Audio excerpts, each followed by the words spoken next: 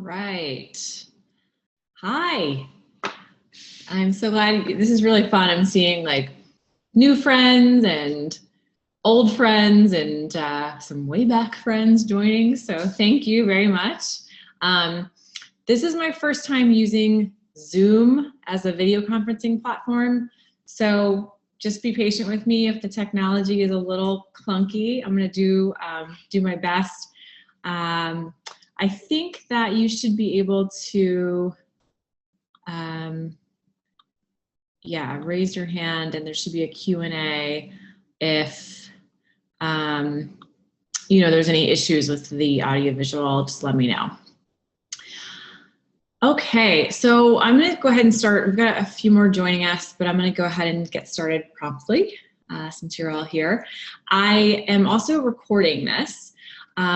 So don't feel like you need to like scurry and take notes. I can send you the link to the recording afterwards. Since I'm meeting so many of you for the first time, I'm just going to spend a couple of minutes introducing myself and tell you kind of how we came to be together today.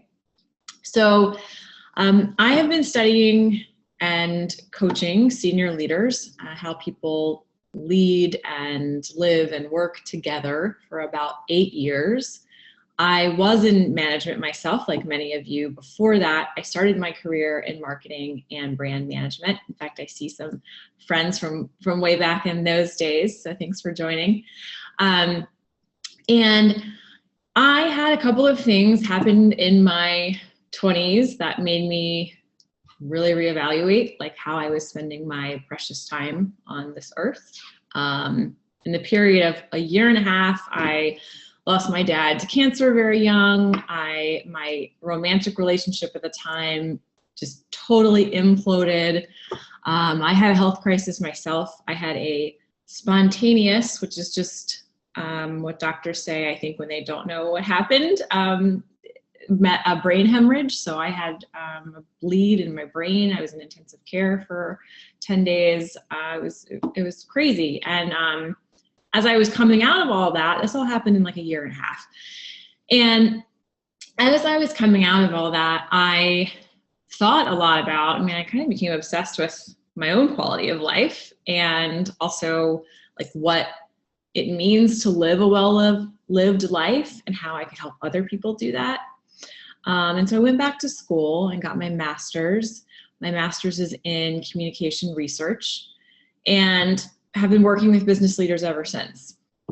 And that's because to me, business is very personal. My first couple of years out of graduate school, I worked with Gallup, and they did a huge research study, the largest one ever done on well-being. Their sample covered 98% of the world's population. And what they found was that the #1 driver of how people evaluate their life is how they evaluate their work. So their relationship with their work, their relationships at their workplace. And it makes so much sense, right? Most of us spend more time with our colleagues than the people that we live with. And so to me, business leaders have this really immense responsibility to improve their way of leading and way of life, because they create a ripple effect, good or bad, right? That affects their employees and their companies and their communities and their families. So thank you so much for investing your lunch hour if you're on the East Coast, investing this time in yourself and in bettering yourself for the people in your life. Know that I'm as committed to you.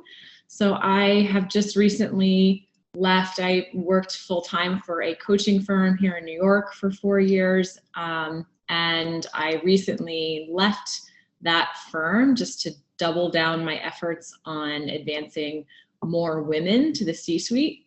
As I was coaching, mostly SVPs and C-level leaders at Fortune 500 companies, I was working with a lot of white men, which is great, and no offense to the white men. I am married to a white man, but I really wake up every day thinking about how do we get more women and women of color into the C-suite. So thank you so much for being with me today. I'm going to actually take myself off the camera because I can't see your questions and see myself at the same time. So I want to make sure that, okay. So you should have a Q&A ability here on your panel. Sorry, look, I'm now trying to figure out how to do this. Okay. Yes, okay. You should have the ability to ask questions. I'm going to ask you some questions throughout just to kind of prompt some conversation.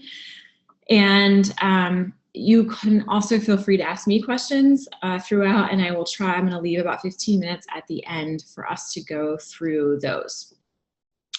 So let's get to it. So one thing I have observed about women as I'm coaching them through their career advancing, you know, from an individual contributor to a people manager to a strategic enterprise leader, is that at different points in our careers, we all kind of struggle with power and with owning our status as a powerful woman and knowing how to effectively use power, what power means, what it can be, what it doesn't have to be, you know, and we're going to define power in a couple of different ways. So that's really like the first concept that we are going to talk about today. We're going to just spend briefly, maybe 10 minutes on power. And then we're going to spend most of our time, probably 30 minutes or so, on 3 creative strategies to overcome what it is that often holds us back from being our most powerful selves, and that is self-doubt. So I'm going to start by asking you a question, and if you wouldn't mind, if you're feeling brave and feel like sharing and want to put your answers in the Q&A, I can read what you're saying. We've already covered me in my introduction. So the question is, how do you feel about the word power?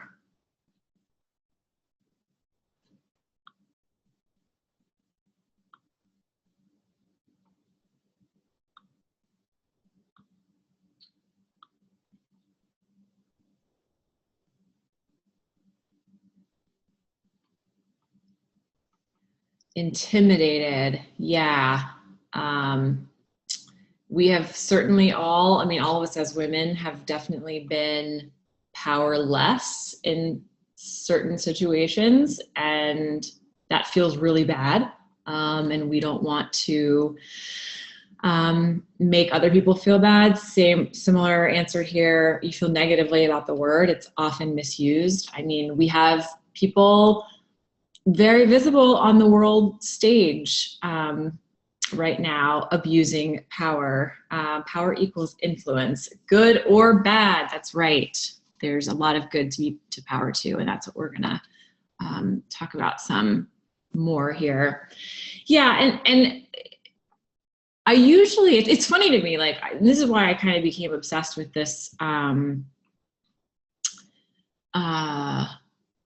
idea of studying power, because, you know, you look at women's, you know, conferences all over the country, and they're all agendas are like, yeah, let's lean in, let's be more powerful. And then though, when you like actually sit down and ask someone like we're doing right now, and you sit across the table from them with a cup of coffee or wine or whatever, and you say like, how do you feel about the word power?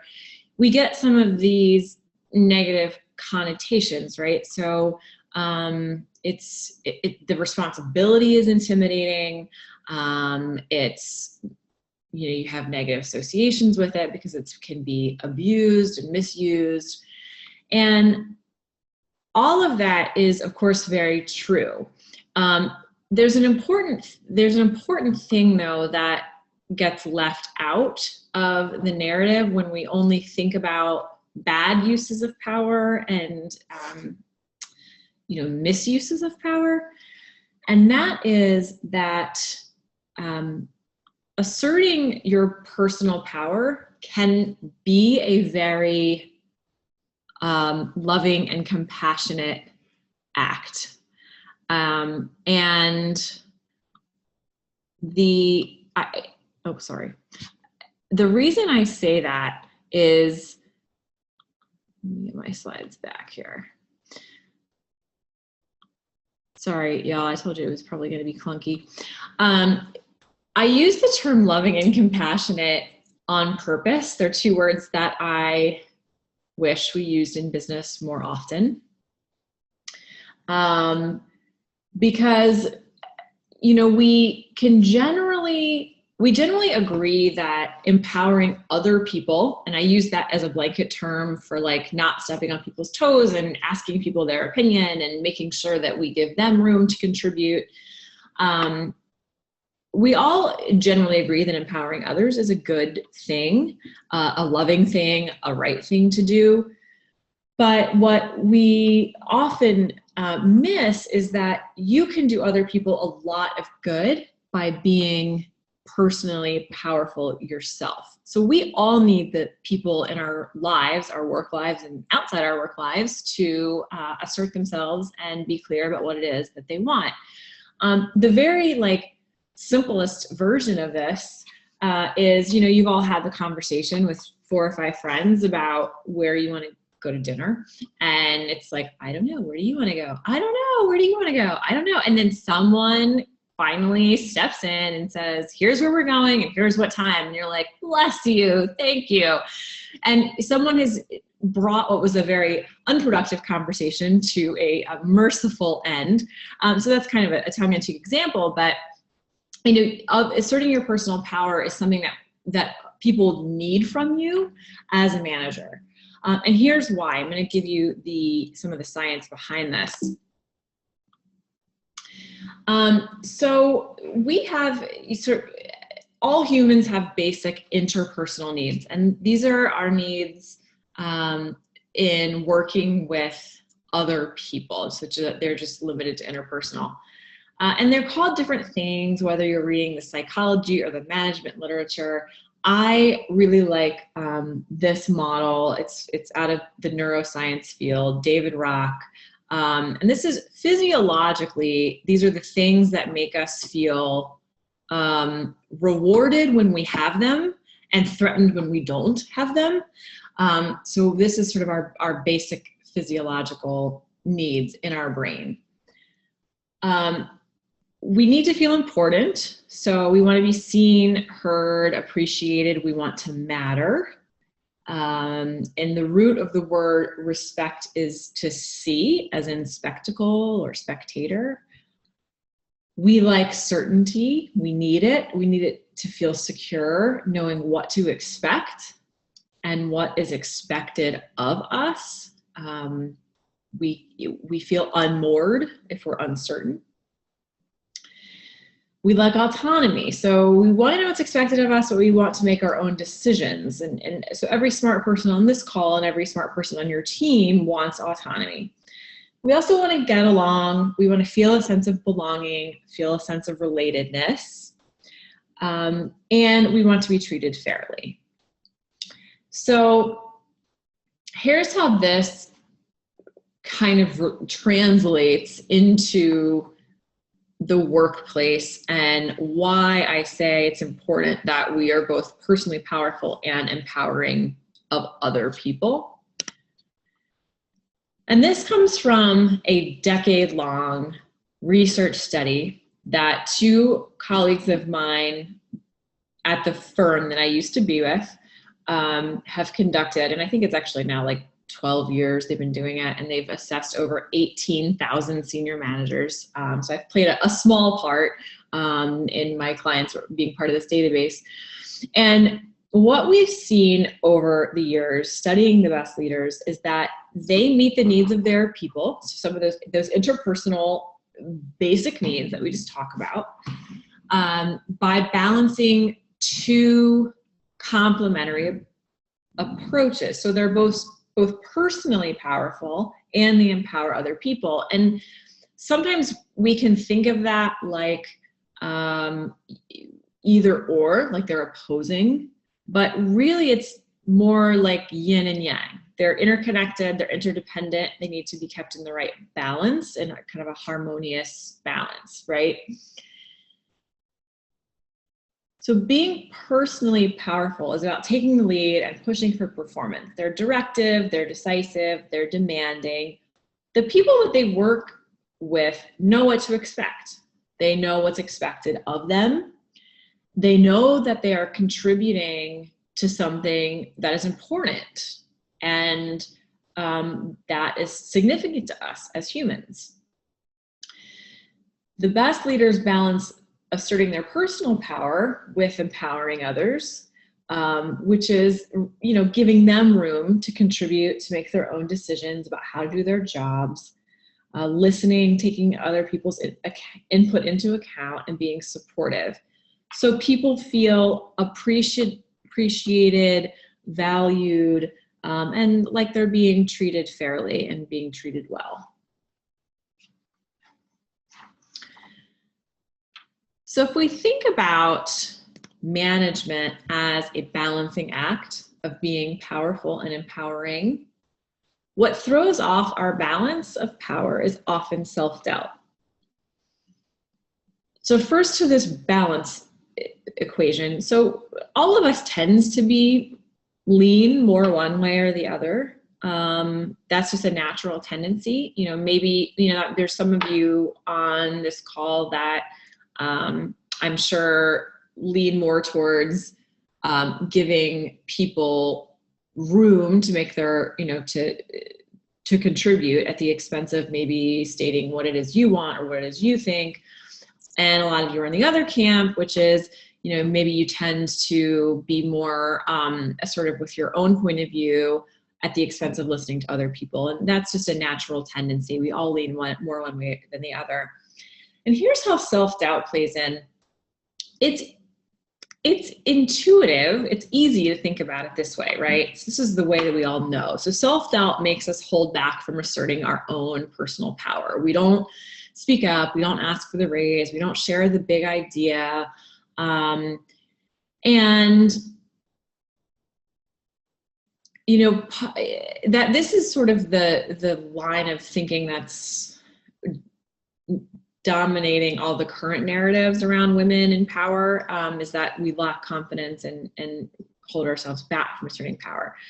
But self-doubt is very sneaky, and it comes up in a couple of different ways, and it's always kind of at the wrong times. And there's this really important other way it plays in, which is that when we strive to prove ourselves, like if we don't believe deep in our bones our own worth, that puts us in a defensive position of feeling like we need to prove ourselves.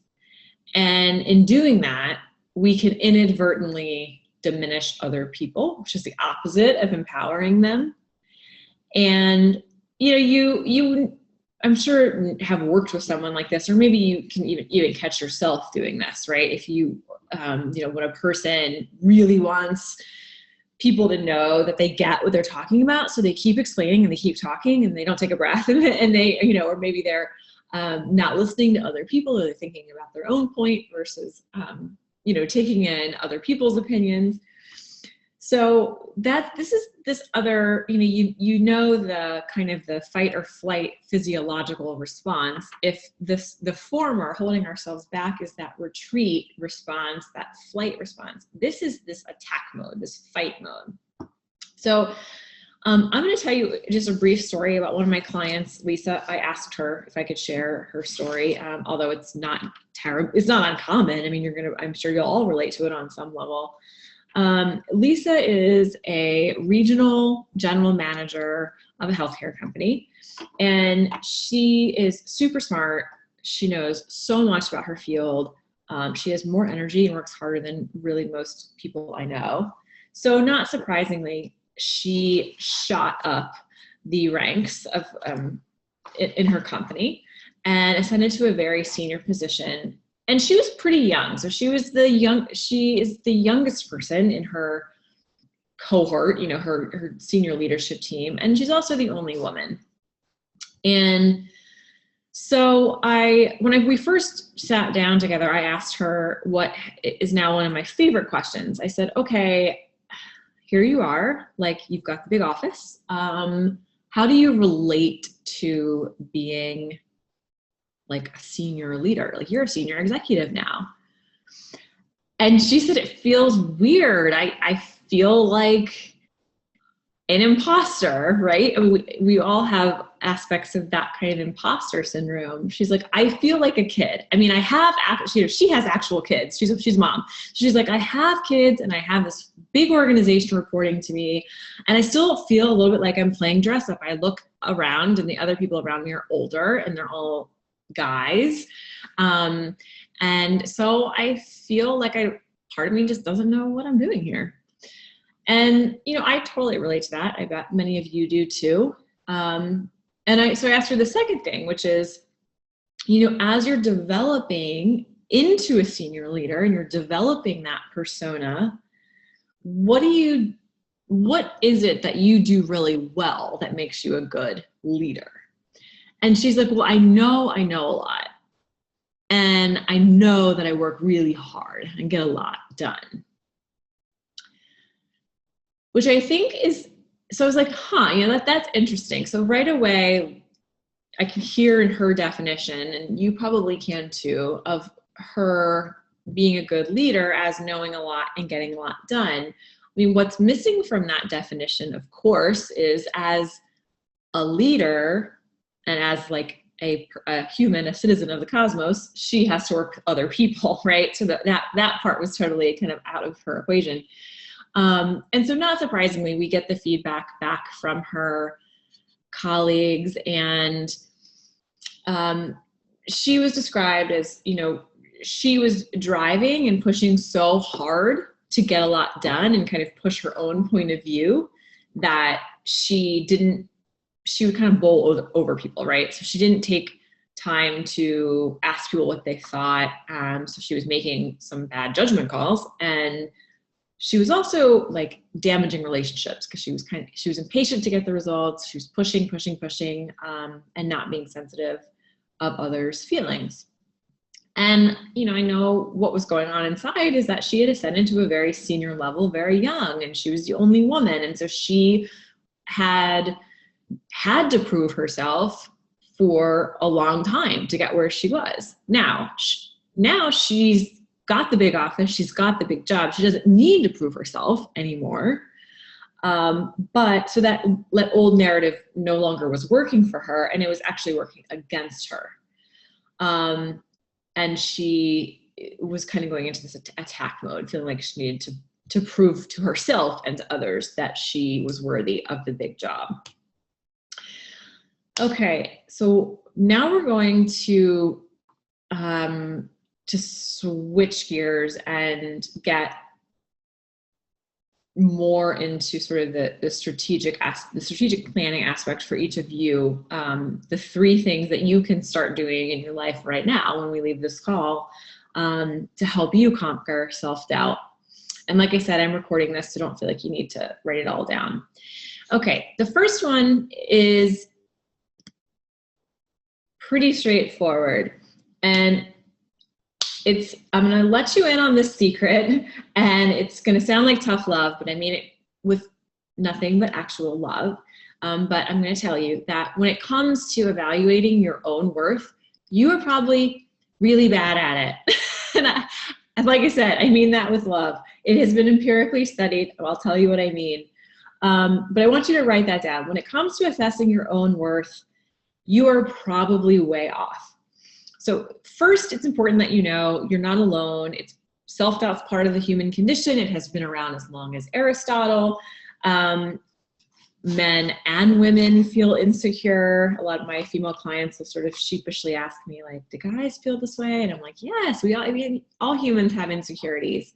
Now, there are a couple of important differences in the way that self-doubt manifests in men and women, which is part of the reason I wanted it to just be us women today. It all boils down to this. We are much harder on ourselves than men are, like a lot. To examples from the research. The first came out of Brene Brown's research, actually. And what she found was that when something goes wrong for a man, like he makes a mistake or something screws up or whatever, he is more likely to attribute that to the act. Like he'll feel regret, right? He might say, I did X and I should have done Y, or he might even say, I really screwed that up. They don't always say that, but he might say that. The difference between a man and a woman is when a woman, something goes wrong for a woman, we are more likely to feel shame than regret. So we're going to take the whole thing on ourselves. And rather than say, I did a wrong thing or I screwed up this thing, women say, I'm such an idiot. Or even worse, I'm such a blanking idiot, right? Or I'm such a bitch. So we will own it in that deep sense. It's not a thing we screwed up, we are screwed up. Here's some empirical research that I've been a part of. So when you study how men and women rate themselves compared to how their coworkers rate them, and this is using 360, a lot of the coaching work that I do, I'll use a 360 assessment. So you're familiar with that, right? So you when you're assessing someone, you ask them to rate themselves, and then you ask their coworkers 360 degrees around them, their boss, their direct reports, and their peers to kind of rate them on the same items, and then you compare. And when you look at the way a man and a woman who are rated similarly by coworkers rate themselves, women on average will rate herself twice as harshly as a guy will and as their coworkers will. So I'm going to use real simple math here. If coworkers are rating a man and a woman on a 10-point scale on any given thing, let's say that both the coworkers give both the man and the woman an 8. So the man is going to look at that and say, oh, I'm probably an 8. Like I'm really good at that, but I could do a little better. And a woman is going to give herself a 4 and say, I suck at that. So raise your hand if you can relate to that. I can use your hand raise button. My hand is raised. I can totally relate to this. So the first step in conquering self-doubt when it creeps in is remind yourself that you're not alone. But when it comes to evaluating how you're actually performing, you probably have it wrong. Like you probably are way off. Okay, so here comes the next exercise. And this is something I want you to do as soon as you can. And my coaching clients, we do this, many of you have done this with me, those of you on the call. I run leadership development workshops in companies and live here in New York, and we spend basically an entire day or two on this. So y'all are getting a crash course here. This exercise is about investing the time in knowing and believing in your worth. If you do anything, please do this one. And I say invest the time very deliberately, because in order to truly trust in your strengths and automatically believe them in your bones, you have to actually change the way your brain works. And I'll explain why in just a second. The good news is that it's totally possible. It just takes intentional effort. It's not what we are hardwired to do. We are actually hardwired. It's part of human nature called the negativity bias. So we are hardwired to scan the environment for the negative. And at some point in our evolutionary history, scanning the environment for threats made a lot of sense. Like we didn't want to get eaten by a predator or a mountain lion or something, right? That's not the world that we live in anymore. Unfortunately, our brains have evolved very little from those days. And so we are still automatically constantly scanning for the negative, and you really have to intentionally train your brain to look at the positive. It's the reason that you get your annual performance review every year, and there's like 10 things that people say you did great during the year and that you're really, really good at. And then you're like fixate on the 1 or 2 developmental opportunities. We all do that. We all do it. But anyway, this is how you are going to retrain your brain. As soon as possible, I want you to create a picture of how valuable you really are. Here are the steps to take. The first is to ask others. This is an exercise called your reflected best self. So ask 10 people if you can. I'd love for you to cast a wide net, and these should be people in your personal life, in your professional life, people who know you well, have known you a long time, as well as people who maybe only worked with you on a project or 2, and ask them for 3 of your greatest strengths, and ask them just to write like a paragraph or 2 of an example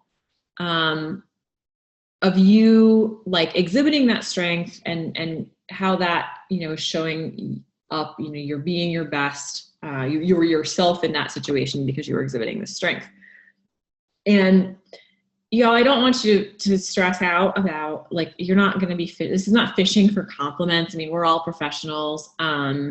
You're going to be cool about it. You can say, I went to this leadership development seminar with an executive coach, and she said that, I should get a good read on my strengths. So can you provide these 3 paragraphs? Okay. Like I said, cast a wide net. Personal friends, mentors, people you work with, people you volunteer or play sports with, family members, a good mix across personal and professional. Okay, so while they are getting their feedback to you, you are going to do this yourself. So you're going to write out your own, like your top 3 strengths, how you understand them, and also, a paragraph or 2 about how you are at your best when you are exhibiting those strengths in an example that shows that. Now, it's important that you write your own, like before you read other people's feedback, as I want you to blank slate this. But then you're going to take all of the data that you collect, what you've written and what everybody else has written, and you're going to do a couple of things with it. The first is you're going to pull out common themes. So if you ask 10 people, you'll get at least 10 things, probably more like 15 strengths back. Some people are going to say the same things. I want you to create a numbered list of your strengths, and you're going to get feedback on both your competence. So things like she's smart, she's analytical, she's detail oriented, she's a hard worker, as well as your character. So this is stuff like she's got high integrity. She always does what she says she's going to do. She's trustworthy. She treats people well. So I want you to, refine your sense of your own strengths as you're integrating everybody else's feedback. And what you're going to end up with is this list of bulleted strengths. Then the next step is to summarize that into a true statement about your nature. And I use the term true statement and not an affirmation, because this is like things that you know to be true about you, about your value and your strengths, because you have gathered the data and done the analysis on it. So an ideal statement will fit on a sticky note, a Post-it note, should be a sentence or 2. And it should cover like what you can be counted on to do, how you work, how you go about, doing your work, and also like who you are as a person. So one of my clients came up with this one, which I think is great, which is, that she knows that people respect her and want to work hard for her because she's credible. They know that, she knows what she's talking about, and she does right by them. She treats them well. So that's how people really want to work hard for her. If you have a tough time with this last step, the summary step, it can be tricky. I'll offer you two things. One is at the end of this call, I'm going to invite you to set up a free follow-up coaching call with me so I can help you with it.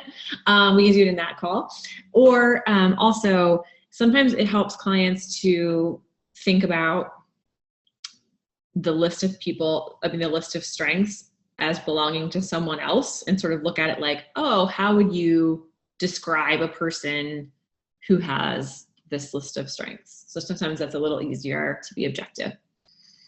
Okay, so once you have done all that, you have your list, you have your body of data, you have your list, and you have your sticky note. Here's what I want you to do. This is your action plan. Every day, read that true statement about yourself. Put it somewhere you see it every day. I love the mirror where you get ready in the morning. If you don't want other people to see it, you could leave it in your planner. One of my clients, I love this idea, puts hers in her chocolate stash because she knows that every day at 3 p.m. she's gonna go in there. So put it with your snack, your afternoon snack. And then every week, at least every week, schedule a 10-minute appointment with yourself to read your summary list. At least once a month, schedule an hour appointment with yourself to read everything that you wrote and others wrote before a big meeting. So before walking into a high stakes conversation, and this came out of an idea that a client of mine helped come up with. So, and I think you're on the call, so thank you very much. But set a 15-minute timer to journal about either a strength or a value of yours. So either, 15 minutes as soon as you can before the meeting or the conversation that you're going into, write about how you value creativity, or how you value kindness, or how you are really independent, something that's a strength of yours. And the point of this exercise is to bolster your sense of self and kind of ground you in your sense of self, because then it makes you not care what other people think about you. You're able to kind of own the present moment and keep your head in the game, in the meeting, when you're not editing everything you're saying and thinking about what other people are thinking about you. So for 15 minutes before, bolster yourself. You're smart, you're good at your job, you're a good person. Okay, this is another client idea. When my client came through, she did a leadership development group with me here in New York. And when we had finished going through all of the feedback that she got from other people on her strengths, she was like, that is awesome. I'm gonna do that every quarter. So that's your bonus points. If you ask, somebody else to reflect back your 3 strengths that make you your best once a quarter. Okay, so that's your action plan on strategy 2. The last strategy is a little bit more complex. This is the last thing we're going to cover before turning over to Q&A. But this is where the real life, deep, life-changing stuff happens. And this last part is about shifting the beliefs that have you stuck in the cycle of self-doubt.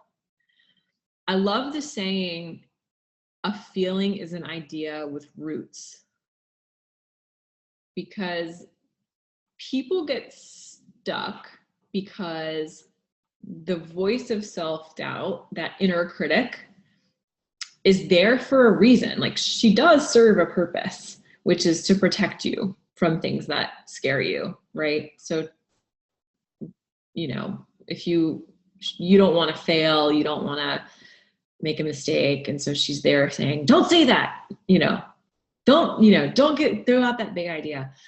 So it's sometimes a dysfunctional relationship, but it does serve a purpose. And the reason I say it can be dysfunctional is that the problem is that the voice of self-doubt is often a bully. She's a real mean girl a lot of times. most of the time we would never say to another human being the things that we say to ourselves.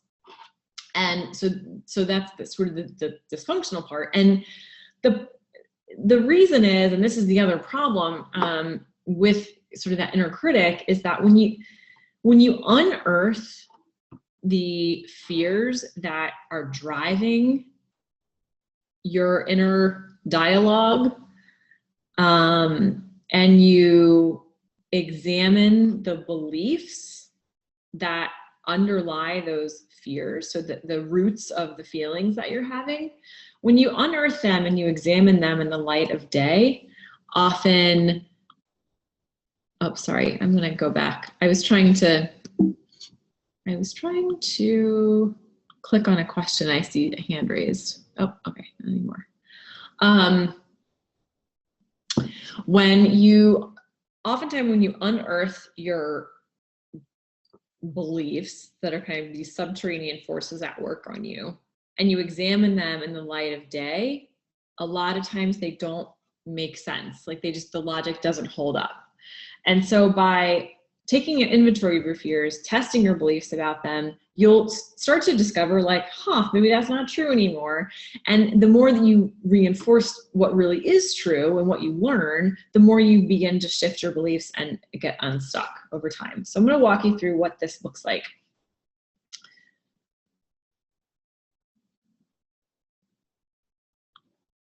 So think back to a recent time when your balance of power was off. Maybe you were holding yourself back from saying something because you weren't sure of yourself, or maybe you were in that attack mode because you felt like you needed to prove yourself in some way. If you could slow down and reflect on your inner monologue, what was it saying? And this is the first step, is asking yourself, what were you afraid of? And really keep digging, like, and then what, and then what, and then what, and don't stop until it gets uncomfortable and you reach that like, I wish I didn't feel that way feeling. And no one's gonna know, right? It's just your journal. These are the statements that usually sound like, I worry I'm not blank enough. I worry that if I do blank, then blank will happen. And this is what it looked like with Lisa. So I told you about Lisa. She was the one that was so driven to get results that she would kind of bowl over other people. So she made a goal to slow down and listen to other people rather than feeling like she needed to constantly prove her own point. And I asked her to write down what she was afraid of. And here's how this conversation went. I said, Lisa, what do you think compels you to go 100 miles an hour? And she said, I'm scared that if I let off the gas, that we won't get as much done. I said, okay, what about that scares you? And she said, I'm worried that if something slips through the cracks or we're not getting as much done, that I'll be seen as less valuable, which makes sense. I mean, we all start as individual contributors and then we get, rewarded for being the person who does all the things. And then we become the person who needs to manage the people who do all the things. That's a pretty typical response. And then I said, okay, and what about making a mistake or letting something slip scares you? And she's like, if I'm a failure at my job, I will get fired. And that would be letting my husband and my family down. And, and she kind of went on to catastrophize and like, oh, he's going to be so mad at me. What if he divorces me? And, what if I lose my house? I mean, and all these things. And this is what our mind does. Usually mine does this at 3 a.m, but it's like, who can blame her for being, her management style being off if these are the things that she's afraid of. So this is how to kind of get yourself unstuck. Look at your list of fears and ask yourself what you're assuming, right? What must you believe to be true in order for you to be afraid of those things?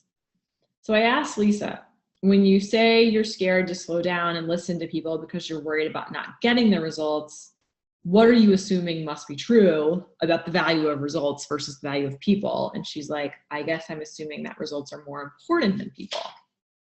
So I said, well, what must you assume about like your direct reports and your peers that you like have to do, that you have to do it yourself or you have to have them do it your way? And she's like, well, I feel like if I don't do it myself, then things are going to fall apart. And I was like, okay, what are you assuming like if something does fall apart? And she's like, I guess I believe that if something falls apart or something I'm responsible for fails, that I will be seen as a wholesale failure. And that gets back to that kind of that shame theme that comes out in Brene Brown's research.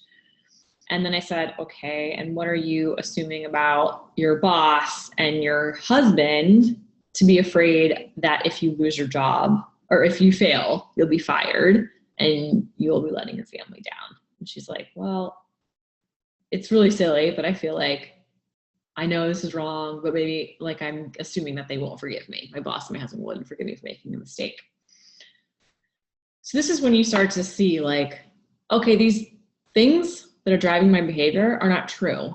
And you're probably shaking your head thinking, no, of course they're not true, but at the same time, you can probably relate. And so this is when you find a way to kind of question and test for yourself. So right away, she was like embarrassed that she said out loud that results are more important than people. She's like, I don't really believe that. Like, I know people are really important. How they feel really matters. So she now, to remind herself, has a sticky note on her desk to remind her, like on calls or in meetings, to slow down and listen because people do matter.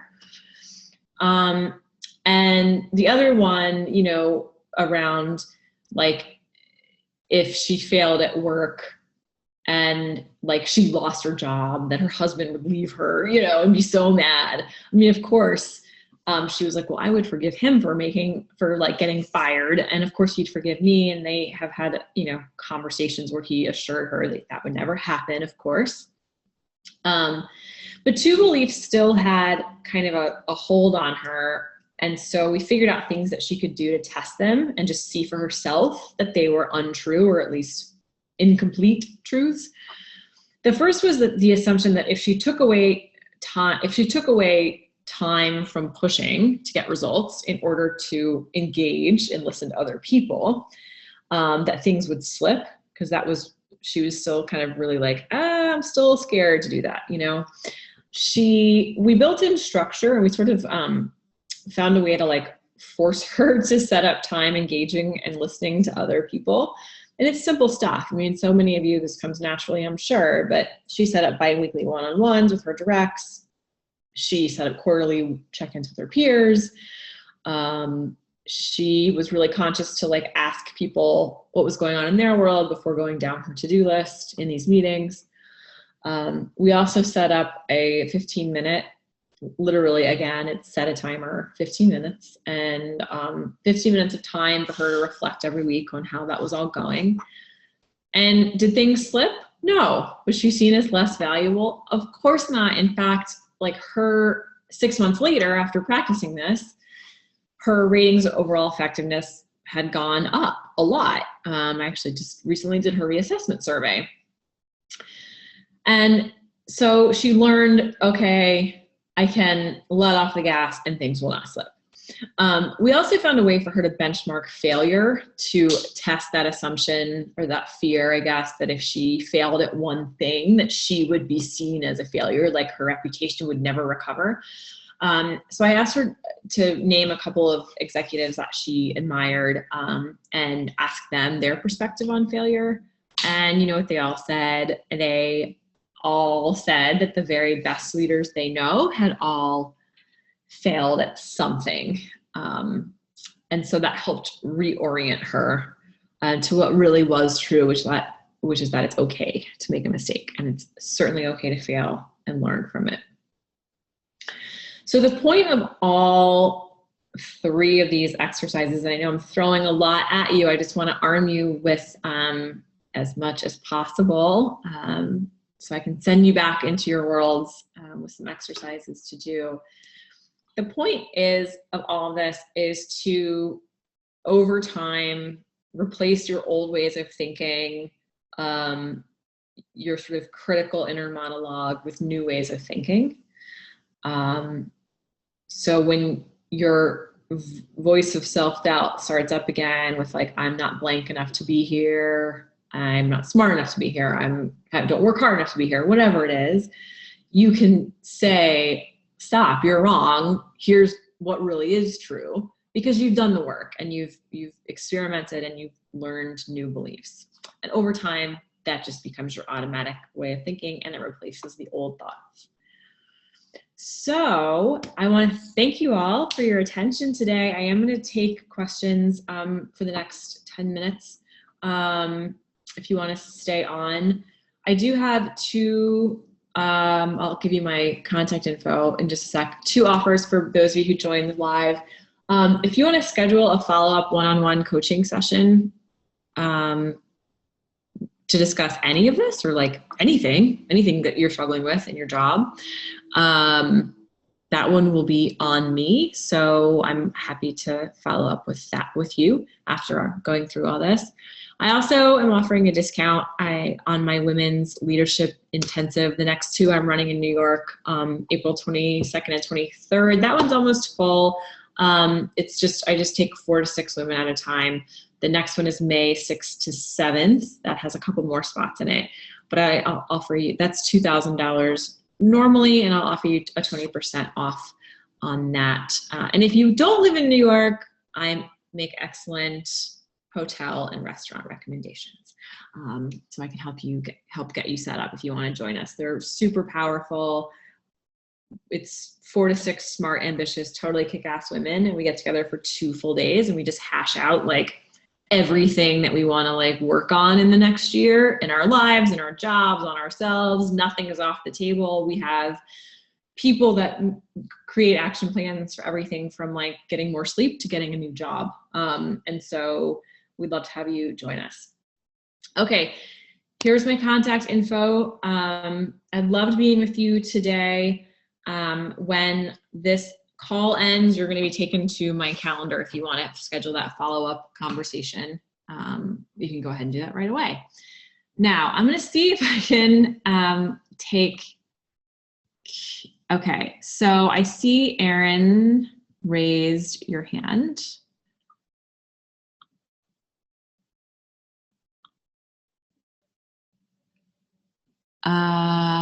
Okay. Oh, okay. Hi Erin, how are you? Does anyone have a question in these last few minutes that you want to ask?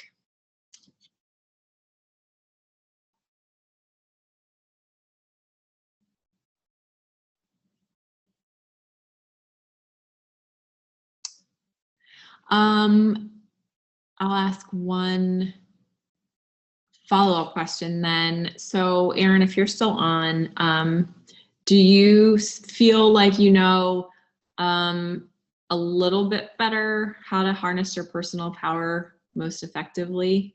Did that framework help at all? I don't know if Erin dropped off.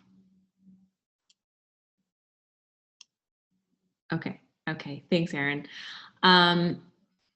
Okay, and we've got another question. How do you deal with a senior male who you work with and who tries to keep you from progressing by offering poor training? So tries to keep you from progressing.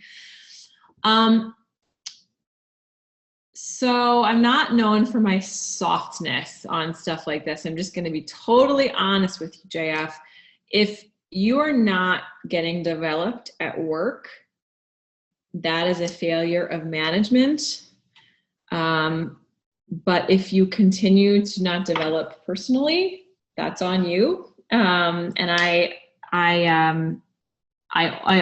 only mean that with love, and to say that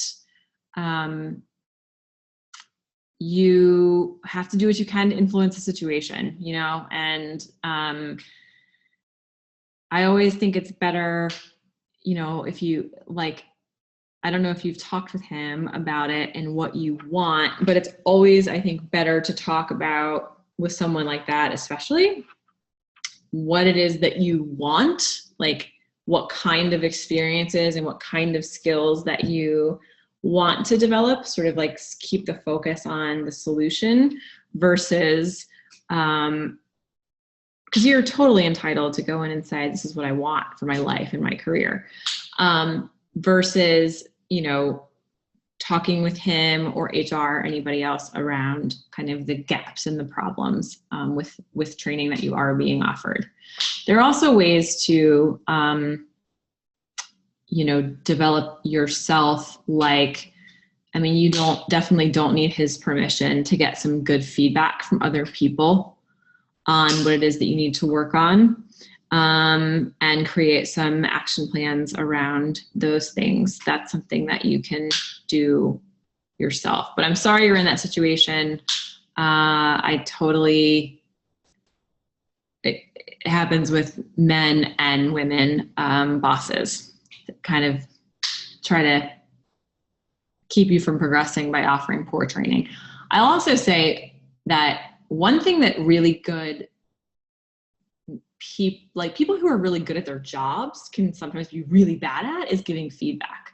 Like, giving good feedback is a really hard skill to learn as managers, and like, we just don't learn it. So it may be that he just doesn't prioritize it, doesn't know how to do it. So anyway, I'm sorry you're in this situation. Any other questions? I love his comment around self-doubt being a bully. Lane says, I had a prior mentor tell me once to name my bully, and when she was in my head, tell her to shut up and go away.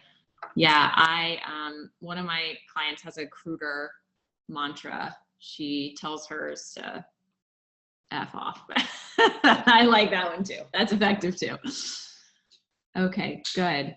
Well, thank you all so much for joining today, and I will follow up with a recording of this. And let me know if there's anything that I can do for you to help you with this. I have been there before. It's something that I work on still every day. And so I will help you from a coach perspective or just like another person to talk to perspective. All right, great. Talk to y'all soon. Bye.